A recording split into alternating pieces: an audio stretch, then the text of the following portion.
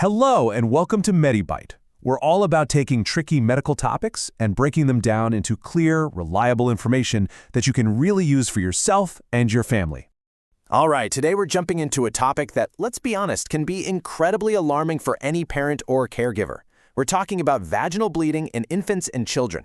I know, seeing blood where you absolutely don't expect it can be terrifying, but our goal here is to walk through this together, to bring some clarity and hopefully some peace of mind.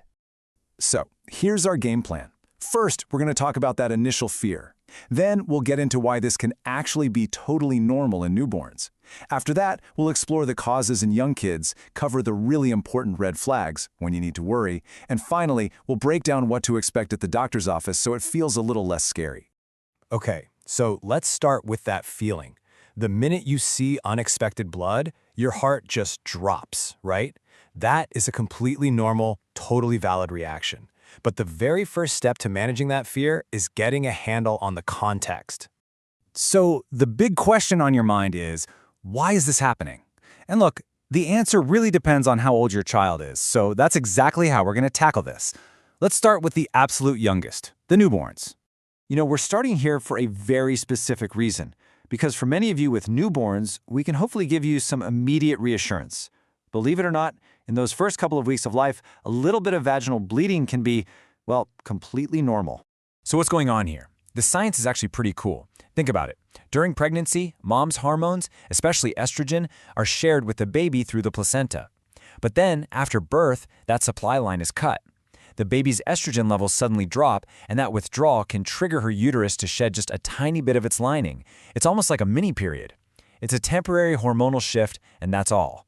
So, what's the time frame for this? This whole process is called maternal estrogen withdrawal, and you'll typically see it happen within the first 1 to 2 weeks. So if you see a little blood during that window, it's generally okay. But, and this is important, after those first 2 weeks, it really should have stopped completely. Okay, so that's newborns. Now let's shift gears to toddlers and young children. For this age group, it's a completely different story. Once you're past that 2-week newborn window, any vaginal bleeding is considered abnormal, and that means it's time to talk to a doctor to figure out what's going on. So, what are doctors usually looking for?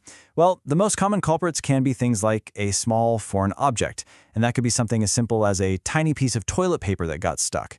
It could also be from an injury, maybe from a fall on the playground, or a vaginal infection, which is called vaginitis. Then there are other things like skin conditions, a less common issue called a urethral prolapse, or even signs that puberty is starting way early. Paying attention to any other symptoms can give you and the doctors some really big clues. It's like being a detective. For example, if there's bleeding and a foul-smelling discharge, that often points right to a foreign object. If you're seeing redness, irritation, or itching, an infection or a skin condition is a much more likely suspect. And if you're noticing other things, like breast development starting, well then early puberty is something the doctor will consider. All right, we've talked about what can be normal and what's common, but now we need to get to probably the most critical part of our chat today, the red flags. These are the signs that tell you something more serious might be happening and that you need to get medical help right away. But before I list them out, I have to say this one more time because it's so important. Outside of that 2-week newborn window, any vaginal bleeding in a child is not normal. It always needs to be checked out by a doctor. The red flags we're about to go over, these are about when you need to seek that help urgently.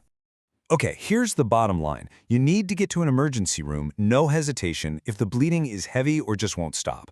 Or if your child shows signs of shock. We're talking weakness, cold or sweaty skin, a really fast pulse. If they have severe belly pain, that's another one. A fever along with the bleeding, also an emergency. And of course, if there are any signs of a serious injury or any suspicion of sexual abuse, you go straight to the ER.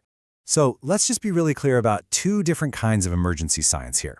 On one hand, you have signs of possible abuse. These might be physical, like bruises or tears, or they could be changes in behavior, like having a hard time walking or sitting.